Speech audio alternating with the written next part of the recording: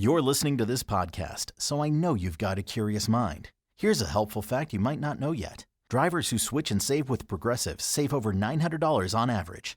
They make it super simple. Pop over to Progressive.com, answer some questions, and you'll get a quick quote with coverage options tailored to your choices. Plus, you'll see which discounts you may qualify for, like the online quote discount or savings for paying in full. In fact, 99% of Progressive Auto customers earn at least one discount. See if you could save when you switch to Progressive. You'll feel good about making a savvy choice. Visit Progressive.com and see if you can enjoy a little extra cash back. Progressive Casualty Insurance Company and Affiliates. National average 12-month savings of $946 by new customers surveyed who saved with Progressive between June 2024 and May 2025. Potential savings will vary.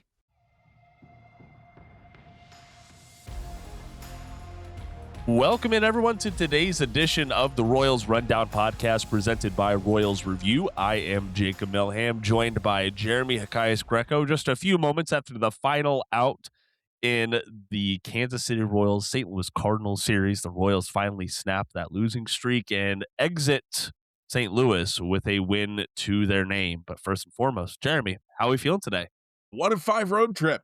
They won today, so we're excited, right? That's how that works. When they lost last Sunday and they had just finished a winning homestand, we were bummed. So now we're excited because they won the last game, right? Yes? Topsy-turvy. I guess that's the only way to describe it. No, we're back, baby. We're back. No, we are so not back. Obviously, there are plenty of issues happening right now. I have tuned out after the last podcast. I watched the last two games because I had to write the recaps for them. And technically speaking, you don't have to watch the game to write the recap. Technically. But I feel compelled to, unless I'm not to the point where my compulsion to watch the game to write a recap is outweighed by my need to protect my mental health. So I watched those games and I was not impressed. I did not watch today's game. I did keep an eye on it through the Game Day app. So I did know that they won. I wasn't sure they were going to win until the final out was in. I wasn't either.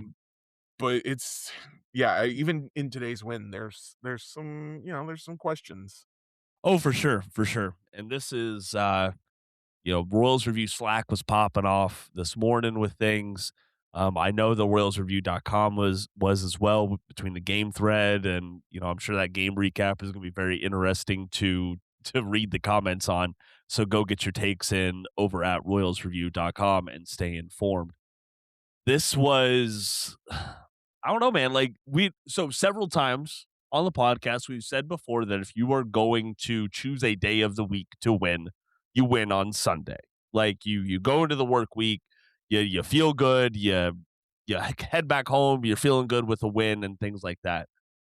But I mean, they just narrowly avoided a second sweep on the road to the St. Louis Cardinals after getting swept on the road by the Chicago White Sox.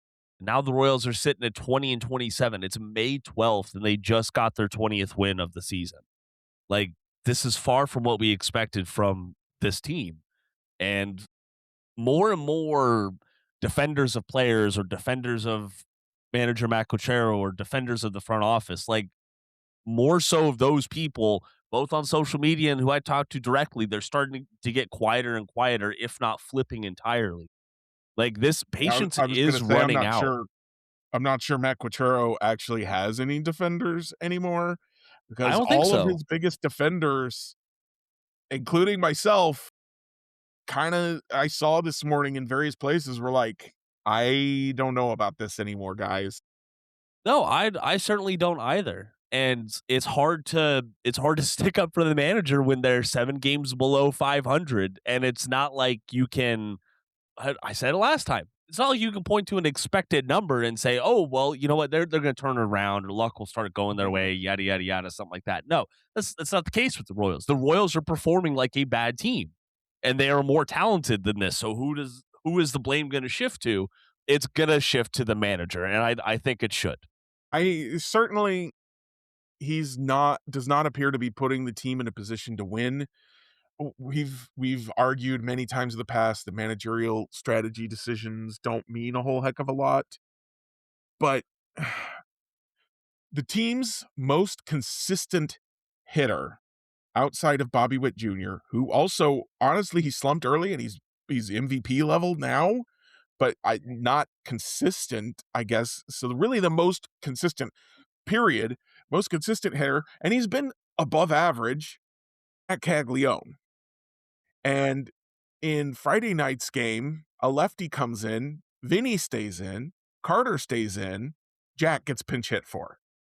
And then today, Quatrero looks at the reverse splits from last year, and you pointed out on social media, Jacob, that the splits are normal again this year, and says, I'm going to sit Jack out. But he still put Vinny out there batting third, Carter out there batting fifth. He put Isbell and Massey out there. If the reverse splits thing was, I would absolutely 112% pull Michael Massey for Dick Lofton if I was looking at reverse splits, because Lofton's been better than Massey against right-handers, I think, at this point too. That he has. So I want to dive into that a little bit more, because on social media early this morning, a thought process. Okay, I don't complain about lineups a whole lot, but if I was building today's lineup against a righty, how would I do it? You got Andre Palante, 27-year-old. He's been at the majors a good amount for, I think, over the past 3 or 4 seasons now. Like we got a good book on him, and the Royals have seen him multiple times. Yeah, he's not a new thing. He's not a new arm. So I go and look at his splits. He's a righty, and to his credit, in his previous seasons, he has had reverse splits. Right-handed batters have performed much better against him than lefties. But so here's the thing that frustrates me looking at past performance. We know how much can change in an offseason, especially for a pitcher, because they can control that. They can control their arsenal changing or how they want to attack batters and things like that. Okay? And so when I go and look at his numbers, they got the same numbers. Well, lefties got a better batting average. They get on base more. They have better slugging. Like, everything is better across the board for lefties versus righties against Palante this year. It's a big OPS gap. And when you're talking about winning in the margins here, why would you go against the margin? And so one more thing, because I want to give you credit for this. This is something that we talked about when we liked JJ Piccolo so much, was in comparison to Dayton Moore. When Dayton Moore would just say something and expect Royals fans to eat it with a smile, for lack of better terms. Like, it could be some nonsensical stuff, but because the general manager said it, then Royals fans should take that with sugar. Meanwhile, before today's game, Matt Quatrero, according to Jalen Thompson of the Kansas City Star, explained the reason Jac Caglianone isn't in the lineup was due to multiple factors, including Palante's reverse splits, which he does not have this year. It doesn't exist. Quote, yeah, that's something to do with it. We're going to run a full righties as well, and trying to keep everybody involved. So you're telling me right now that they're well out of the postseason picture in comparison to the rest of the American League for this time in the season, and we're trying to appease people on the bench? Like, that's why we're putting Lane Thomas out there against a righty? Like, come on. Yeah, the keeping people involved argument seemed to really fall flat for me when I checked on Starling Marte's playing time this year. Yeah, exactly. We don't prioritize him, so why are we prioritizing Lane Thomas? And I got to be honest with you, Starling Marte has been better than you'd think. Yep, he's not been. I wouldn't say he's been good. We talked last time how he seems to have kind of sold out for singles, but he has a good OBP, as good as Lane Thomas is. And by the way, Lane Thomas today 0 for 3 with 2 strikeouts. Yes. He did get a walk, but that was against a lefty reliever late in the game. Mm-hmm. Exactly. So here's another thing, because those stats I rattled off were before the game. They were before, the Royals got him for a couple of runs, got him for a couple of hits. To his credit, Salvador Perez had a big day. He batted in both the runs for the Royals today. And the fact of the matter is, the righties' numbers against Palante got better, sure, but so did the lefties, considerably so, because Pasquantino got to him, Jensen got to him, no, I don't think it was Massey who got to him. I know Massey had Isbell a got hit. to him, and Isbell got to him as well. So you're telling me that the majority of the left-handed hitters had a pretty decent day at the plate against Palante, but your highest ceiling lefty bat was watching the entire game from the dugout. Like, what are we talking about here? The whole tweet and quote after the lineup came out just felt like the decision was made first and then the justification came afterwards. It's not how we're supposed to do things. Yeah, and the justification doesn't even make sense. If he really just wanted to make something up, it would have been really easy to say, "Oh, well, Jack jammed his knee into the wall when he slid into it yesterday. I wanted to give him a day. Nothing come up, but we want to give him a day off just to, be on the safe side." And instead it's, reverse splits that, again, don't appear to exist. What would you do if your online store converted 36% more shoppers? You could take 36% more vacation. Another pina colada? Yes, please. Open a new retail location with 36% more square feet. Fantastic. Hire 36% more help. You're hired and you're hired. Shopify has the world's best converting checkout, up to 36% better than other e-commerce platforms. What you do with those extra sales is up to you. Switch to Shopify today at shopify.com/listen and get a $1 trial. Shopify.com/listen. Insurance isn't one size fits all, and shopping for it shouldn't feel like squeezing into something that just doesn't fit. That's why drivers have enjoyed Progressive's Name Your Price tool for years. With the Name Your Price tool, you tell them what you want to pay, and they show you options that fit your budget. Enough hunting for discounts, trying to calculate rates, and tinkering with coverages. Maybe you're picking out your very first policy, or maybe you're just looking for something that works better for you and your family. Either way, they make it simple to see your options. No guesswork, no surprises.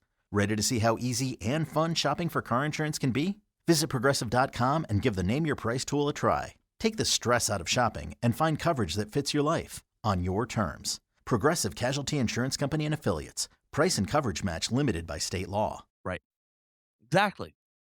So what does this all boil down to? Well, number one, the Royals thankfully avoid a series sweep from something that, they haven't been swept in St. Louis. I heard Vernier say that they haven't been swept in St. Louis since 2002. I haven't been able to verify that, but it's that doesn't feel right. It feels like it maybe doesn't. A 2-game sweep, and maybe he's not counting that. I don't know. Maybe not. But I'm just really frustrated right now because yes, thankfully they were able to put up 2 runs behind a sterling start from Stephen Kolek, absolutely bouncing back from what we saw from him against the Chicago White Sox. Another getting back on that quality start train that he was on that started last year. But this is the Royals had 3 quality starts against the Cardinals. Did they have 3 quality starts? Yeah, Walker went 6-3. Cameron yesterday went 6-1, and then today we had Kolek went 6 1/3 with none. So that's 3 straight quality starts. The problem in this series was, I said, I don't think the pitching is going to be like this forever. Well, the pitching came back, the bats, it felt, if you were looking at this from a storyteller's perspective instead of a reality perspective, because in reality, we don't know. In storytelling, we would say, man, the bats fought hard in those first 2 White Sox games and the pitching let them down. Mm-hmm. And so the bats got demoralized and didn't score any runs for 4 games. And now the Royals did score, I think it was 4 runs on Friday, but one of those was in extra innings.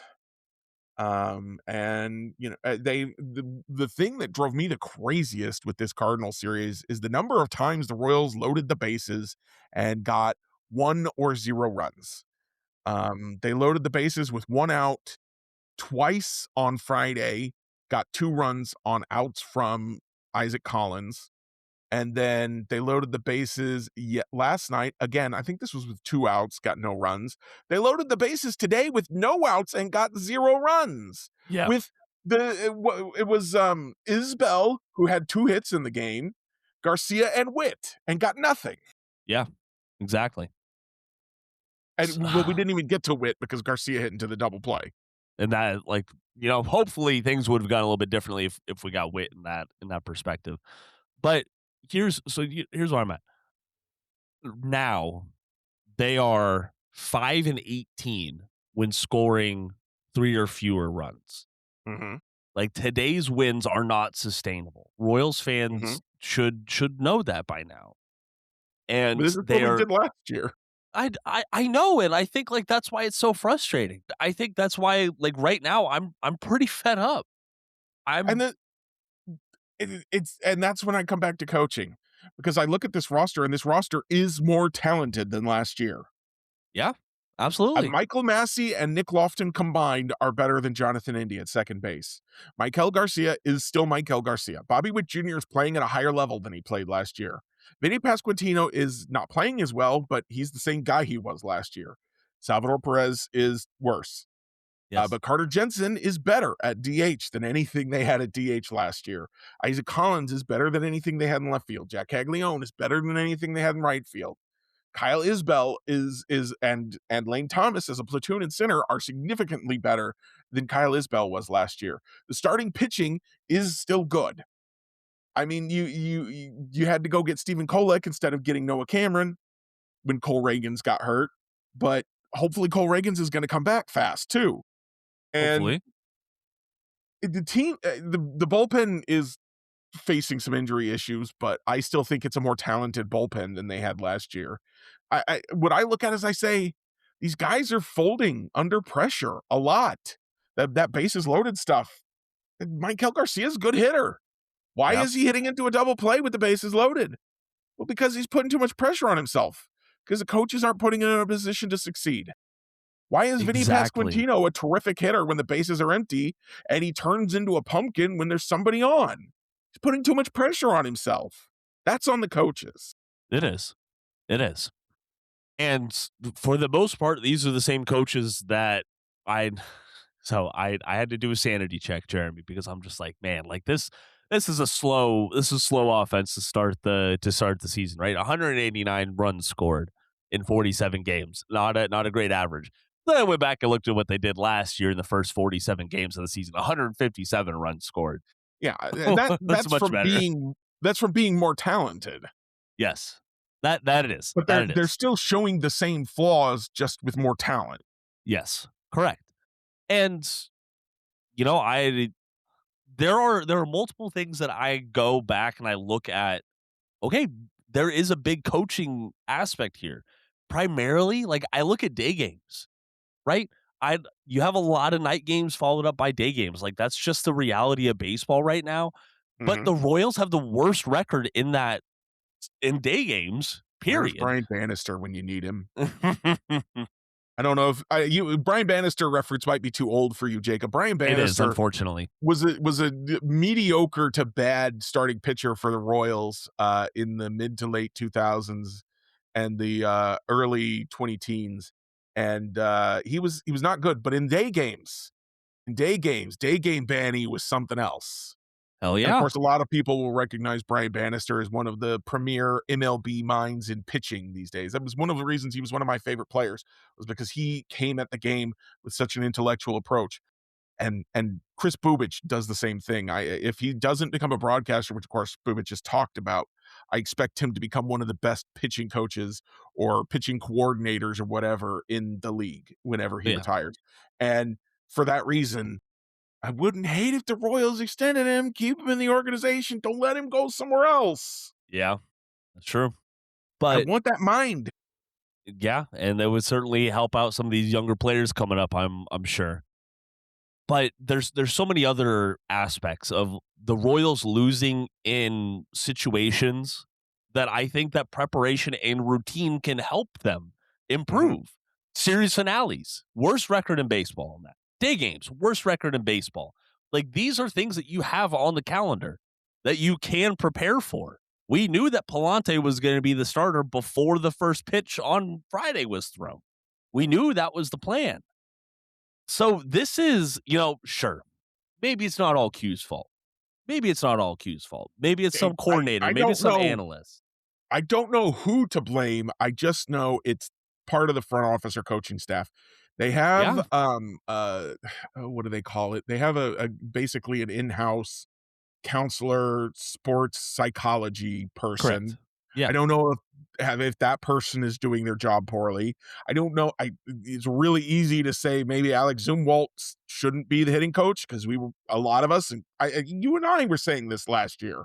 Yeah. And I came up with a tinfoil hat theory for why maybe he didn't need to go, but they're doing the same thing again this year, even with the new assistant coaches. So how long do we need to do this? What Q is to blame for is Salvador Perez batting cleanup every day. Yep. And just because it worked out today doesn't mean that the process isn't shit.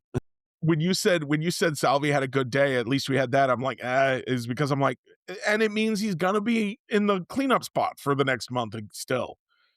True. Every time he has one of these good games, it seems like Q thinks he's finally turned the corner, but the process, the numbers backing what Salvi is doing are still bad. And this is when he was playing poorly to begin last year, you especially, Jacob, so I want to give you credit for this, kept pointing out all the exit velocity and the hard hit and he should be doing better. So I understand sticking with him.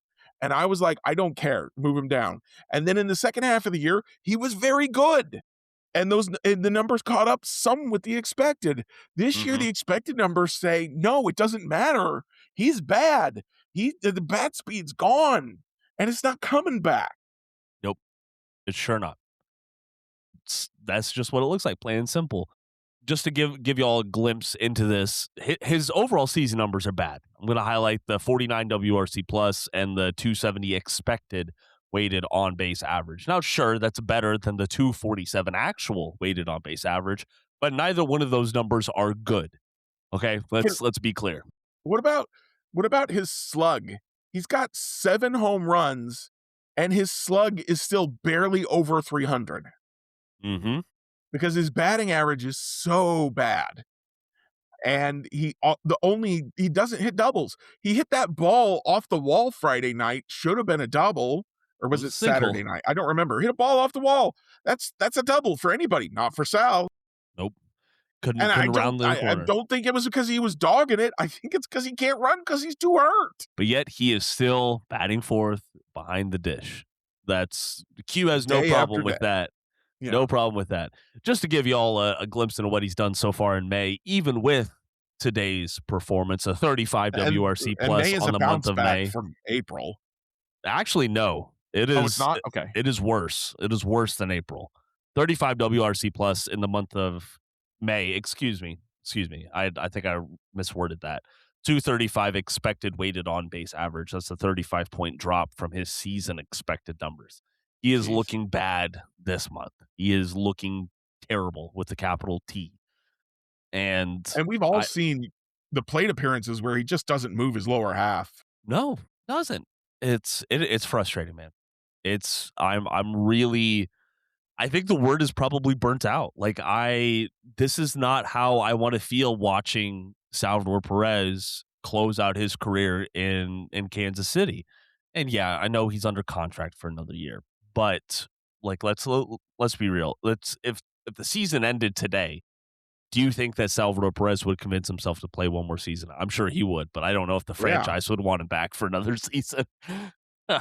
Yeah, the thing about Sal is, even in his diminished state, I think there's value to him on this roster if he's batting 8th in the lineup. Like, the reason Kyle Isbell works on this roster is because Kyle Isbell bats 9th. He's a tremendous glove, and he bats 9th. If you move Sal down to 8th, like he was in the WBC, then you let his leadership shine, and you let his defense, which the throwing out the runners has not really been there this year either. Nope. But he still blocks better than Carter Jensen, so I'll give him that. He does. If you bat him 8th, I think you can get away with it. But batting him, and I think and everyone else moves up and continues performing, and maybe you don't bench Jac Caglianone every other day, then maybe you can get somewhere. But this is beyond my comprehension. I defended Q. I wrote an article. This is the thing, Jacob, that really pisses me off. I wrote an article defending Matt Quatraro for batting Sal cleanup for the first 3 weeks of the season. Because I said, listen, you got to defer to the veteran a little bit. But the time to stop deferring to the veteran has come. And we're now a month later, he's still deferring to the veteran. But this is something Royals fans are used to, unfortunately. Like, this franchise just makes moves a month or two too late. That's just what they do. It's not been the thing with Matt Quatraro, though. In 2023, he looked, 2024, he said, Will Smith's my closer, veteran deferral, deference. That's the correct word. There you go. Veteran deference. And Will Smith was the closer for the first week. And then he said, actually, Will Smith, I'm going to have James MacArthur warming up behind you. This isn't working. And then after James MacArthur came in, all right, Will Smith, you're not the closer anymore. James MacArthur is. And then people will argue that he left James MacArthur in the closer role for too long. But at that point, he literally didn't have anyone else to put in there. As soon as he got Lucas Erceg became the closer. Like, the moment. So he's been a guy who's been, and he moved off in Jay Melendez and Hunter Renfroe very quickly last year, despite not really having anyone to move off them to. So I was sure that he would do it this year, but he's been willing to move Vinny Pasquantino down in the lineup, at least against lefties. Yeah. But not Sal. Nope, not Sal. But overall, one nugget of good news for Sal. Hit career home run 310 today. Sorry, I know I did not word very well. Now 7 shy of George Brett's all-time franchise record of 317, and I think he's just one behind Hall of Famer Ivan Rodriguez, another catcher of note at the plate. It's wild to think that we're talking about these career numbers and like going to look up. He's a career 101 WRC plus guy. Yeah. The arguments that I keep hearing on the broadcasts. Sal is a for sure Hall of Famer. You know, when we talk about Mike Trout, we don't say he's a for sure Hall of Famer. We say he's a Hall of Famer because we don't feel the need to qualify that. Y'all just take a deep breath and move on a little bit. Sal might be a Hall of Famer. I think he's got a case, but he's just, even if he is a Hall of Famer, Hall of Famers can be bad in the final years of their careers. Yeah. And so far this year, he has already in 44 games a negative 0.8 FWAR. And he's only got 3.5 FWAR in his past 5 seasons now in 611 games. I saw a really interesting argument online that kind of struck a chord with me. There's been this whole thing about Sal is really good at getting calls overturned behind the plate. And the argument was made, well, that's because Sal's so bad at framing that he frames strikes into balls and then has to challenge it to get it to be a strike. You know what? That might not be too wrong there. Yeah, I think they might be onto something there, but I do want to highlight Bobby Witt Jr. Even though he did go 0 for 4 today, his 9-game hit streak comes to an end. But this guy, you talked about him rounding into MVP form, and he has looked like it. He leads the majors in FWAR. He leads the majors in hard hit balls, the best outs above average amongst all fielders with 11. And, since late April, he's slugging 675 with an on base of 407 since April 26th is what I'm looking like. I think that's another reason why the frustration is mounting, because this is another instance of we have truly unequivocally Bobby baseball back in form, and this team is still losing. Yeah. Like, there's only so much he could do. Yeah. But it's been fun to watch. It's been fun to watch him recover from a pretty cold start to the season. I have to shout out, we were worried about his power, and people were going, well, actually, he's not a power hitter. This whole time, he's not been a power hitter, despite the 30-30 seasons. Yeah. This whole time. And he's hit 8 home runs in his last, 16 games or something ridiculous. He's pretty on fire. Now, one of Magma, those red was hot. a 17-footer, but still. Still counts. Can't believe they play in that Mickey Mouse Park there in Kauffman Stadium. They moved the fences in too far, I will say. Hey, another guy I want to shout out, Daniel Lynch the fourth. Came in again today, had a good relief appearance. 1.96 ERA in 18 appearances. He's stranded all of his inherited runners this year. Down to 1.8 now. Oh, 1.8, excuse me. Yeah, sorry. I'm looking at the fan graphs. They haven't updated it Yeah, yet. I got the game log pulled up. Thank you. Appreciate that. Is it safe to say that Daniel Lynch the fourth is one of the AL's best lefty relievers that we're not talking about? I was saying it 2 weeks into the season. Yeah, you know what? You were. And credit again. I'm gonna shout down Q when he makes really stupid lineup decisions. Credit Daniel Lynch. He looked at him and he said, "Dan, I need you to pitch an inning in 2/3 today because I don't got a setup man." Yeah, and he did You're it. the setup man now. Urseg's the closer, and he got a save with another walk and no strikeout performance, which continues to be a concern to me. But Daniel Lynch, that 1.8 ERA, a strikeout, no walks, 1 hit, 1 2/3, gets lefties and righties. Very happy with what Daniel Lynch is giving the team right now. And that's coming from someone who begged the team to find someone to make sure Daniel Lynch wouldn't be on the opening day roster. I remember that, and I was kind of in the same boat. I didn't think he'd be worth the arbitration money. Those, a lot of those scary predictors were pointing to Daniel Lynch is not going to be good. I think he's tweaked one or two things that have made him better. Yeah. That has been the big difference. Joel Goldberg did a report at one point talking about or maybe it was Andy Rogers. Somebody did a report that talked about he went and worked on improving his deception and his ability to get people to actually swing and miss it, because his stuff's always been there. He just couldn't get them to swing at it, and now they are. Yeah. Shoot, there was one more. I already talked about Stephen Kolek. Listen, he wasn't getting a lot of swing and miss today. He was thriving. No, never really does. But today was pretty noticeable. But he got outs. That's all that matters. He shut out the Cardinals, and he looked much more like the Stephen Kolek that the Royals fandom has come to know. Now he's got 7 quality starts in 8 appearances for the Royals. And you know what? After seeing today, I'm more comfortable saying that his Chicago performance was a blip rather than a trend towards something new. So here, can I shout out Noah Cameron really quick? Yes, please do. Because his arm angle did not change in Saturday night's game, but what he did do was last year his bread and butter pitches were kind of his cutter and his slider. Those were the pitches he was getting his outs on. And the cutter and the slider are the ones hurt the most by his arm angle change. So yesterday, he leaned on his fastball and his changeup. The fastball, of course, is playing way higher, way better now that he's changed his arm angle. And the changeup wasn't affected that much.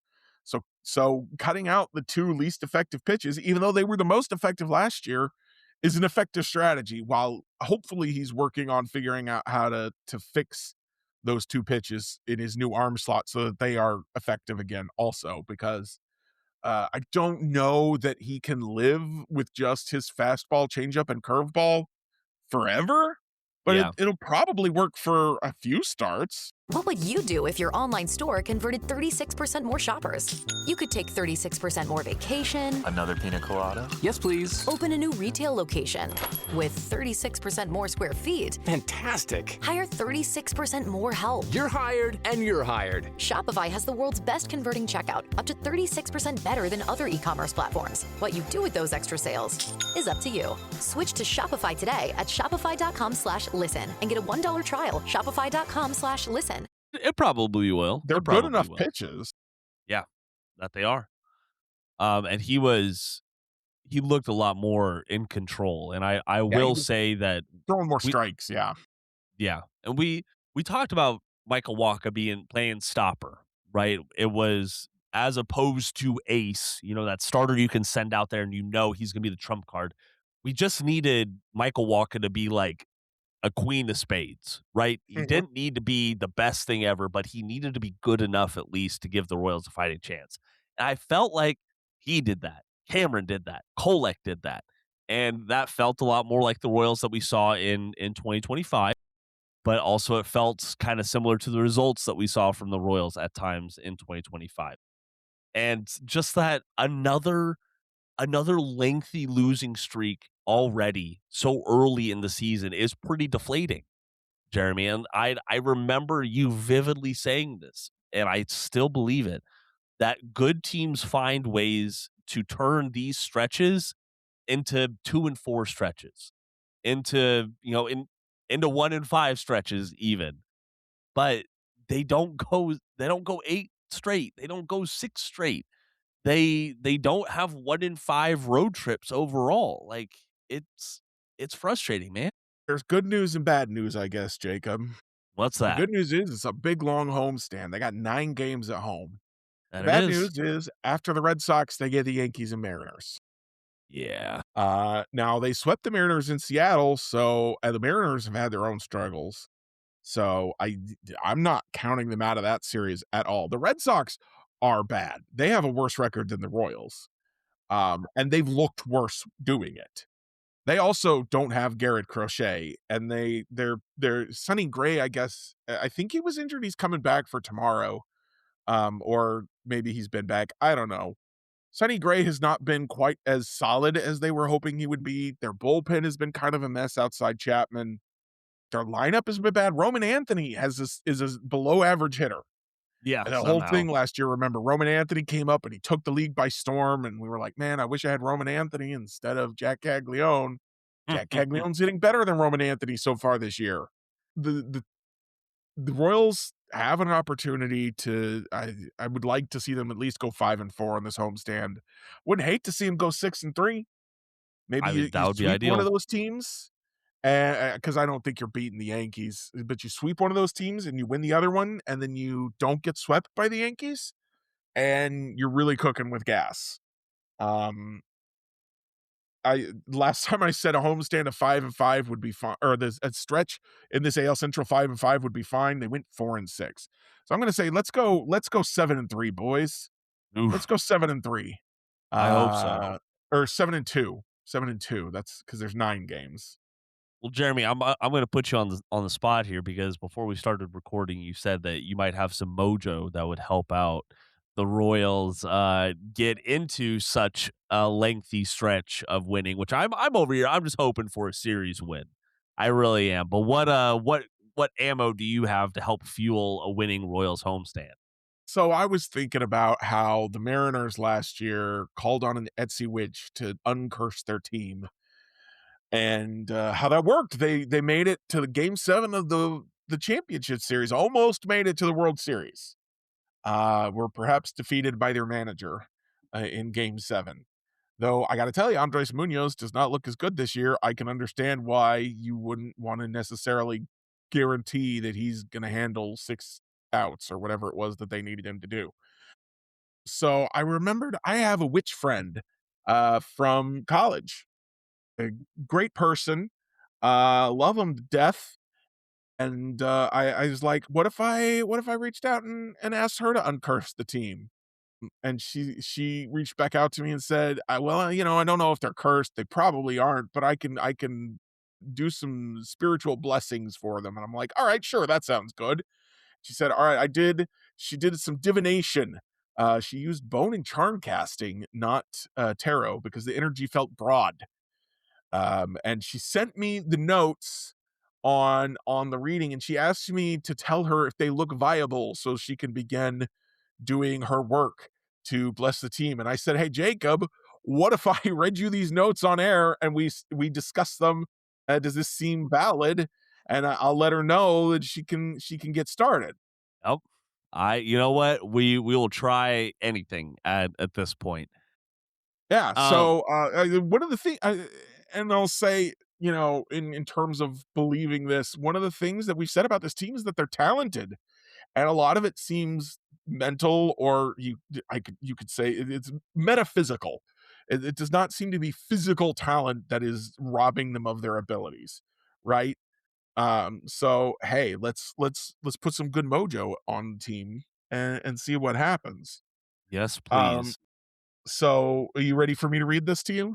Yep, let's go ahead. Let's do it. All right, so we'll go kind of in the middle here, or excuse me, go by this how she sectioned it out. She's got bottom left, people making bad decisions because of perceived potential financial gain, and then it also looks like there's a player who left on a salty note at some point, and that energy has just carried through, or else grief at losing him is in play. Hmm. So Adam Frazier not coming back, I think is what I'm seeing here.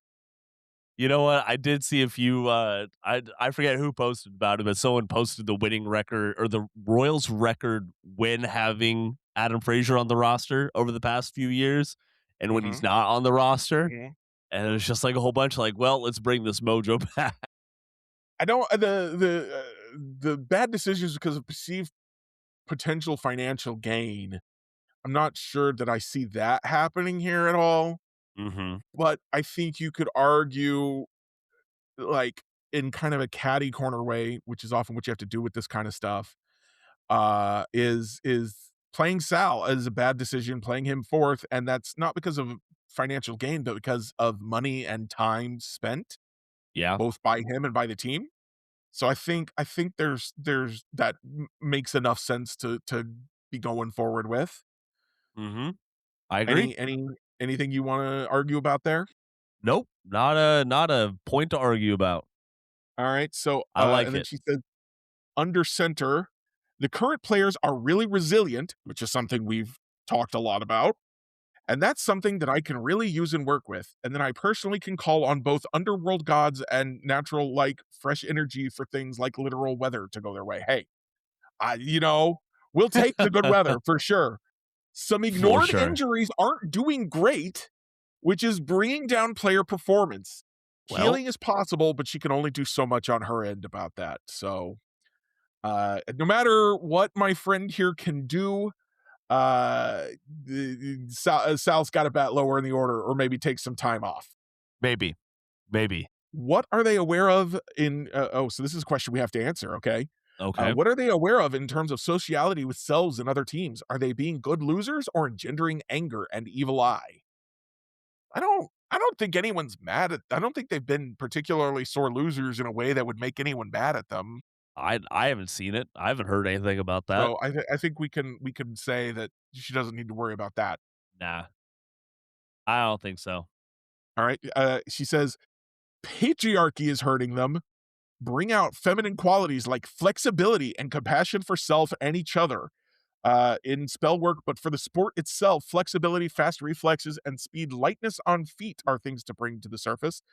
So that, correct me if you think I'm wrong here, Jacob, that reads to me as y'all are faster than you think you are, or than you're playing. The base running could improve. It could. It absolutely could. And you know what, Salvi, maybe do some hot yoga or something like that once you get back into Kansas City. Really stretch those hips out. And then she says, they have the right resources. Why aren't they using them? Why are they letting them expire? Why is Jac Caglianone sitting on the bench? Each passing day makes little sense.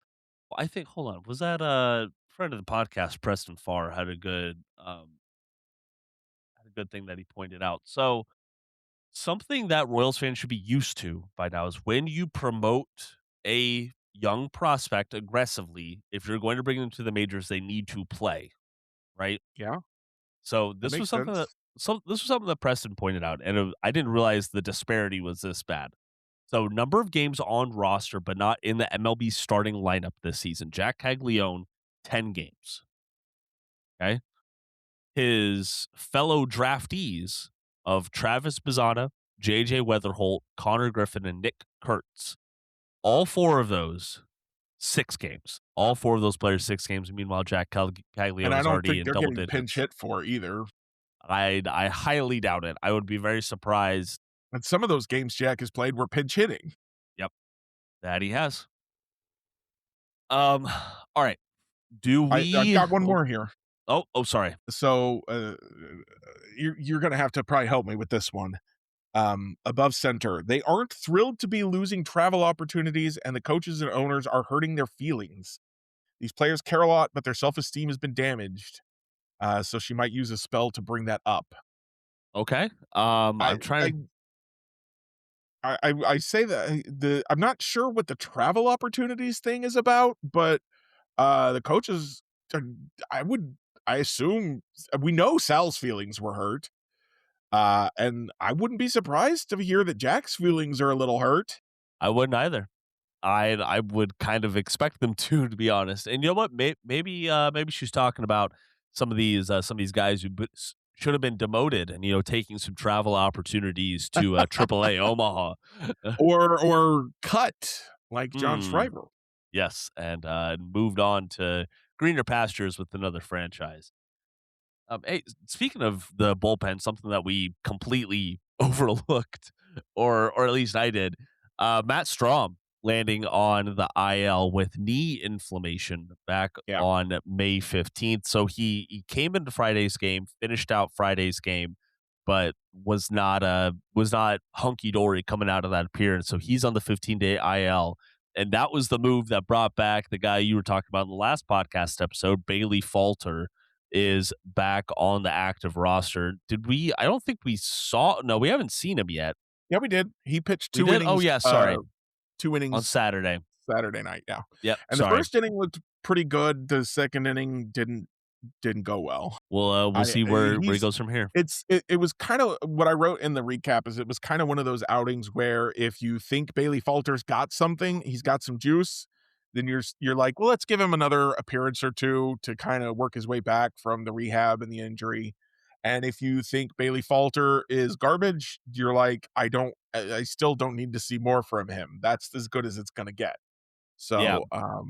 I'm on based on the first performance he had this regular season and the last outing he had in spring training, which was the first relief outing he had in spring training. I'm willing to see more Bailey Falter, but I'm not giving him a long leash. Like I said, 1, 2, 3 appearances. Let's see what he's got, and otherwise, we may need to go ahead and move on from him too. Eli Morgan and Mason Black have not looked tremendous at the big league level, but they've looked serviceable, which is more than I can say for Schreiber and Falter prior to outside of one relief appearance this year. Yeah. Yep. Agreed. All right. Do you want to hear my half-baked idea on Jac Caglianone? Or Yeah. You told me you were looking into, what, because he's not tapped into the power as much as we'd hope. I'd argue 5 home runs through the first. No, never mind. I was going to say the 5 home runs through the first third of the season. That would only be 15 by the end of the year. That's not nearly where he needs to be. So I think the power has been coming. But if you see something that he could get to the power more often or sooner, I'd love to hear about it. I'd love to hear what you're seeing with his swing that, maybe he's whatever you're seeing. well, so here's the I say half-baked because truthfully this is kind of a half-baked idea. I'm not a hitting coach out there. I'm still learning things on the fly here. But when thanks to all this advanced bat tracking that we have, now we have publicly available data on what guys can improve on. And I was looking at Jac's stats and the batted ball production and thinking like, okay, maybe he's got to change his swing path tilt. How's that angle coming in? And like that's not it. It's kind of around the league average. And then I started looking more into attack angle. So when that bat meets the ball, what is the angle of the bat path? And that is where Jac is fairly flat. So his average is 9 degrees. And let's see, or who are some other guys who have a 9-degree average? Like Andres Jimenez, Ellie De La Cruz, Luis Ariz has a 8-degree average. Like these aren't guys that are consistently hitting for power, that are launching these balls. Meanwhile, going up and looking at other guys like Kyle Schwarber, he's at 14 degrees.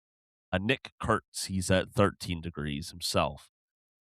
Corey Seager is another guy. I know like the body types are very different, but in the same vein, a 15-degree attack angle. So how is this half-baked? So Baseball Savant has something called ideal attack angle. That's something where it's between 5 and 20 degrees. So basically, if you're below 5 degrees, you're hacking it into the ground. You're hacking down at it. Meanwhile, if you're above 20 degrees, you're uppercutting it a little too much, and you're just sending the ball into the stratosphere, but maybe just into the outfield grass. Right now, Jack, along with Isaac Collins, have two of the worst ideal attack angle percentages in the league. Jack is down there at 44.5%. So I think looking at his swing from the limited side profile views that we have, and this is an older one, Jeremy. So please don't butcher me on that. But I'm gonna try and share my screen here so that you can see it as well. So I'm gonna pull this up. This is just a slow motion look at his swing. And I want you to watch his back foot right here, right before he makes contact with the ball. And it picks up a lot. Yeah. He's basically on the tip of his toes. Right. So let me go ahead, stop sharing that because I want to show another thing to you. So, Baseball Savant also has something called a batting stance leaderboard, and that's where like you could take a look at this is where this player's feet is at this portion of their swing when they start moving, things like that. And if you go and you look at Jack's, I'm gonna play the animation. Number one, Jack is he has one of the most large gaps or one of the largest gaps between his feet when he starts his swing, 42.1 inches. So watch his feet. That front foot goes forward, and then watch how much that back foot moves. It moves a lot. And that's supposed to be your plant foot. It's not supposed to move at all, right? It's not supposed to move that much, at least. And so I also want to. So I know Shohei Ohtani is an unfair comparison, but I'm trying to find like other left-handed batters that are of the similar stature to Jack, right? Because he's a bigger guy, he's a taller guy, and Shohei, that's a lot quieter in the box there. Yes, it is.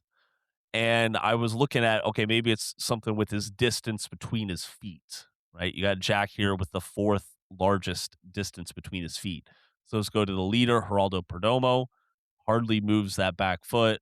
Juan Soto hardly moves that back foot. Brian Reynolds hardly moves it. And then you get down there to Jack, and it just jumps forward. Yeah, it's almost like it's literally almost like he's jumping because his feet are moving at the same time. Yeah. So and I think it's the timing of that as well, because on that swing that I showed you, his foot is picking up before he makes contact with the ball. And, that could possibly make him, come a little bit more upright. I think one of the fix. Wouldn't that open him up early and make him pull the ball on the ground, get out in front of it? I believe so. I would love if someone out there listening is a little bit more educated on what the reaction would be to that. Please drop us a line. I want to talk to you about it. And what I'm seeing is here are two things to focus on possibly to quote unquote get the most out of Jac Caglianone. First off, keep that back foot a little bit more stationary. I know I went back and looked at his college film. Like that's something that has been consistent. So, breaking habits is tough, but that's why you have so many coaches is to help break those bad habits. And lastly, I think to get him more under the ball, kind of, I talked about uppercutting. You don't want to uppercut too much, but you need some to get the ball over the fence. Get the ball in the air. I think that he just needs to work on kind of that flexion point between his hold on, I got to think about it. Right forward. All right, his left hip needs to get a little bit more bend right there to get more under the ball and then going up, if that makes sense. That makes sense. See, I'm trying to. I had different what's it called? Different examples pulled up, but unfortunately, Baseball Savant it can really drag down your your RAM after a while. Uh, Yeah, so all that let's go. 3D modeling. Yeah, exactly. Well, and like that's what this what is this? The swing path attack angle leaderboard is basically. They have the whole animation here. And if you so that 8-degree attack angle, but what I want to focus on is I want to focus on this back point right here on his Okay. hip. So it doesn't get as much bend behind it. Now, do you want me to look at Otani again? I would be really interested to see Judge. I know it's from the Okay. other side, but they've famously got similar builds They do. That they do. Oh, you know what? I think that Judge is not going to show up because you've got because it set to only show lefties. yeah. Automatically pulled up Caminero, and you can definitely see his back hip is dropping down. Yeah. So like Oh, and look look at at that. Judge's. Yeah. Yeah, And that knee see that really comes down. yep, and that attack angle is so much higher as well. So, and you It makes sense when you're that big to get under the ball, you gotta go down. yeah, you can't just have this flat swing. You're going to get flat results. So, now that because truth be told, I did look at Judge. I was just like, man, this is like I don't I don't want to compare him to that, but that's a guy that Royals fans have said, okay, this could be a possible comparison. Like this is And the ceiling.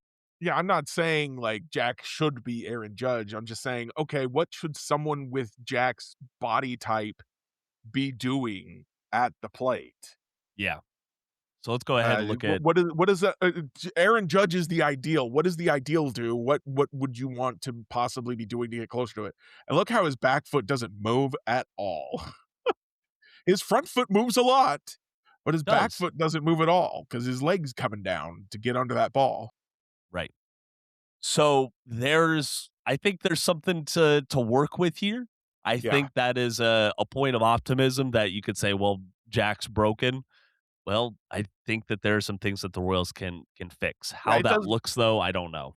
it does seem like he really kind of needs to do some serious work on his mechanics. Um, I think that more than his pitch selection, he needs to work on those mechanics because I think his pitch selection has been much better this year. I think it is, yeah. So, is there a drive line for hitters? It's called driveline baseball. Oh, they also do hit. Okay, go Yeah. to drive line, Jack. Figure out what Jordan Walker did over the last offseason and go talk to them, please. Yeah. Please, please, please. That was sorry. Talk about a success story of a highly touted prospect. Yeah, Jordan Walker turning things for around. 3 years. He was a dud, and he has figured it out this year. And it's not just a hot streak; he's been doing it the whole time. Yep. Also, one other thing on Jack, set up a little bit deeper in the box, man. Like that's something that Vinny does. That's something that even Massey has done, and I think that would help his pitch selection. And See, I think about that, and it gives you more time to react to the ball. Somebody else I saw recently just moved back. Who was it I saw that moved back in the box a little bit and just suddenly started having a lot more success? I I cannot don't know, remember. man. But I worried that if he does that, then the ball is even lower by the time he's swinging at it, and he's got to get lower to get to it. But Judge sits in the back of the box. His back foot was on the back, the chalk. Yeah, So if Judge can do it, Jack can. I agree with that. And having more time to react, because you'll see him try and check his swing sometimes, and he can't. If he had just a hair more time to react, I think he'd be able to. So I think that's probably a good recommendation also. The Royals had that issue today against Palante. They were a lot of kind of half-hearted check swings. Like I know Collins had a couple, Massey had a couple. Didn't really seem like they were very prepared for his offerings. But that goes back to our earlier points in this podcast. Anywho's, Jeremy, what do you say we get on out of here with some reviews, huh? Let's do it. What you got, bud? I'm going to shout out my witch friend, Cassandra Snow, over on Patreon. She's written some books. She's got She writes on tarot and witchcraft, but also like the queer experience. She's got some theater stuff she's done in the past. She's kind of a Renaissance woman. And like I said, I've known her since college. This is 20 years now I've known her. Just a tremendous human being, a huge heart, wants to love everybody and wants the best for everyone. So go if you're interested in witchcraft or tarot at all. Everything I know about tarot, I learned first from her. Which isn't much, but don't blame her for that. That's on me. So I hope you'll all check her out. She's just a really cool person. Hell yeah, I like it. My review today is I probably sound like I don't know what. But I decided to try something that I see a lot of content creators drink. It's this G Fuel. Like it comes in like a pre-workout, and I was just like, okay, what's the difference between this and pre-workout? So I gave it a shot. Um, and I think I can see the differences. Ooh. Pre-workout, it gets me going to physically do things. G Fuel, I got I got some unmedicated ADHD over here, but I feel like I can kind of focus a little bit more, sit and be in the moment when it Extra comes to being at a caffeine. computer. Yeah, it just doesn't get my body jittery or something or anything like that, and also the flavor I got is really good. It's grapefruit white peach. Oh, Um, that sounds like a good flavor. yeah, Some nice it's nice and sweetness, tasty. some nice sourness, yeah. Yeah. So if And you're I interested in grapefruit it, is an underrated fruit. Can I just say that? Grapefruit is an underrated fruit. well, if you don't, isn't it a hard fruit to actually eat? You just cut it in half. Stick a spoon in there. Pull out the flesh. It's great. Pull out the flesh of the That's fruit. well, that's what you I know. call the inside of a fruit. It's the flesh. It's the fleshy bits. I get it. It's just one of those things like you don't think about that when you talk about fruit, the flesh. What the flesh of it. All Maybe right, you don't folks. think about it. I think about it every time. I'm like, that Ooh. flesh. All right. You want some fava beans with that as well, Jeremy? Yes, and a nice Chianti. Hey. All right. We're getting off the rails here, so we're gonna go ahead and get on out of here. Thank you all for joining us for another episode of the Royals Rundown podcast presented by Royals Review. Another reminder, if you want to learn more about the Royals or talk with other Royals fans or with us, go check out royalsreview.com, or you can find our social media links down in the podcast description below. Quick, Jacob. Boston Red Sox series. How are they going to do? 1-2. They're going to sweep it, baby. I can feel it. All right. I like your manifesting there, Jeremy. I'm Jacob Milham. They are Jeremy Greco. Thank you so much for joining us today. And until next time, go Royals.